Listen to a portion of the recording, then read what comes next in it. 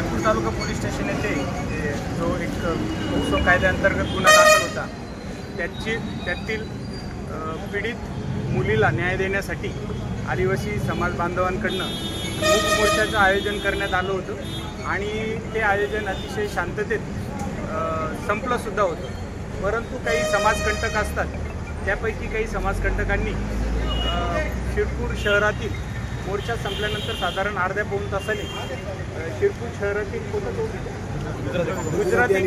Gujarati complex या चौकामध्ये साधारण अर्ध्या तासापासून सर्व ट्रॅफिक जाम करून नागरिकांना आणि सर्वांनाच त्रास होईल अशा पद्धतीचं वर्तन सुरू केलं होतं। तसंच जागेवरच फाशी द्या अशा पद्धतीच्या काही ज्या कायदेशीर मागण्या नाहीत अशा मागण्या करून आणि कायदा व सुव्यवस्था शांतता भंग करण्याचा प्रयत्न केला होता।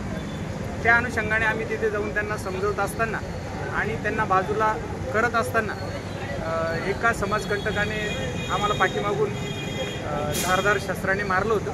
त्याच्यात छोटीशी जखम झाली आणि ते वैद्यकीय उपचार घेऊन आता आम्ही व्यवस्थित आहोत। कुणी अफवा पसरू नका, सर्व कार्यक्रम शांततेत झाला आहे आणि शिरपूर शहरामध्ये शांतता आहे। आपण सर्वांनी शांतता ठेवावी आणि कोणत्याही अफवांवर विश्वास ठेवू नये। धन्यवाद।